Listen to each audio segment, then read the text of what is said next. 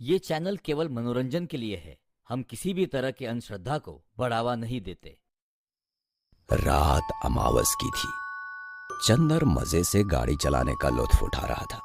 रास्ते पर ट्रैफिक तो छोड़ ही दीजिए, दूर दूर तक एक गाड़ी भी नजर नहीं आ रही थी। खाली रोड पर गाड़ी चलाने का मजा कुछ और ही होता है, और चंदर उस समय वही कर रहा था। रात के करीबन 2 बज रहे थे और अचानक हाईवे पर बीचों बीच सफेद साड़ी पहने एक औरत खड़ी थी।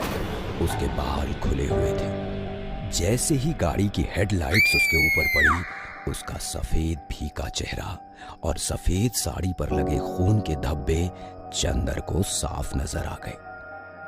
चंदर की गाड़ी ने 2-3 पलटियां खाई और वो सड़क के किनारे मौजूद एक बड़े से पेड़ से जा टकराई। वो औरत अब भी वहीं खड़ी थी। जैसे ही चंदर की सांसें बंद हो गई, वो औरत रास्ते से निकली और घनी झाड़ियों की तरफ गई।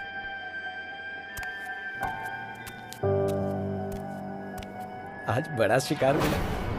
ये अमावस की रात हमेशा कुछ न कुछ अच्छा दिलाती ही है। चल, बड़ा हाथ मारा है आज हमने। तुम्हें डर नहीं लगता किसी दिन कोई गाड़ी आकर मुझे ठोकर देगी? पागल मत बन, आज तक कभी हुआ ऐसा? आखिर कब तक करना है ये सब? और पैसे जमा होने तक। वैसे भी इससे अच्छा काम और कोई हो सकता है? हर 15 दिन में 10-12 हजार तो यूं ही मिल जाते हैं। फिर इस काम में क्या बुराई है? चल जल्दी कपड़ा बदल ले, निकलना होगा किसी के आने से पहले। रतन और कंचन का यही एक काम था।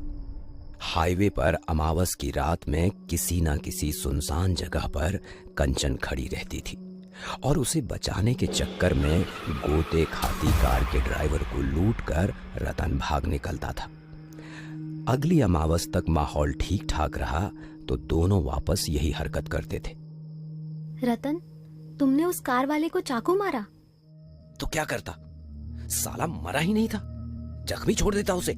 कल अगर पुलिस से सब कह देता तो हमारी दुकान बंद हो जाती। देखो, थोड़ा बहुत पैसा तो हमने बचाया है। चलो ना कहीं दूर चलते हैं, मेहनत की कमाएंगे, कम पैसे मिलेंगे पर ये डर तो नहीं रहेगा। बेवकूफ है क्या? कैसा डर?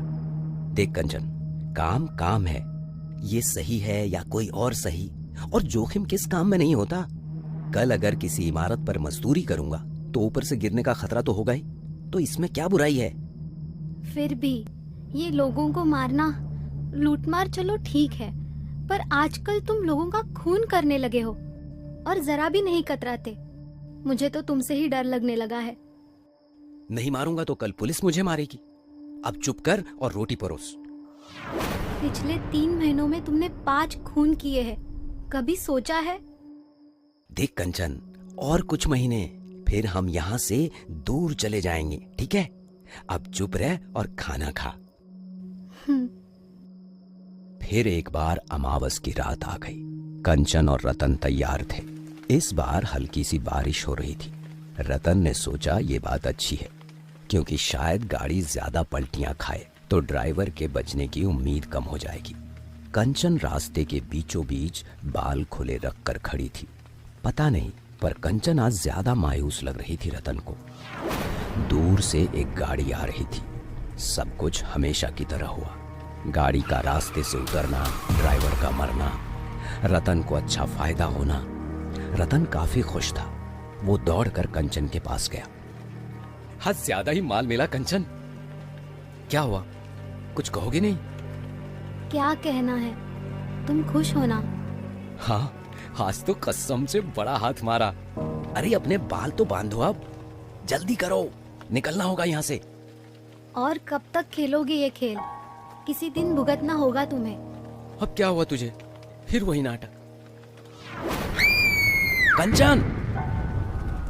कंचन सामने ही जमीन पर पड़ी थी। बदन से निकलते खून को बारिश का पानी फैला रहा था। किसी ने उसका पेट बुरी तरह से फाड़ा था।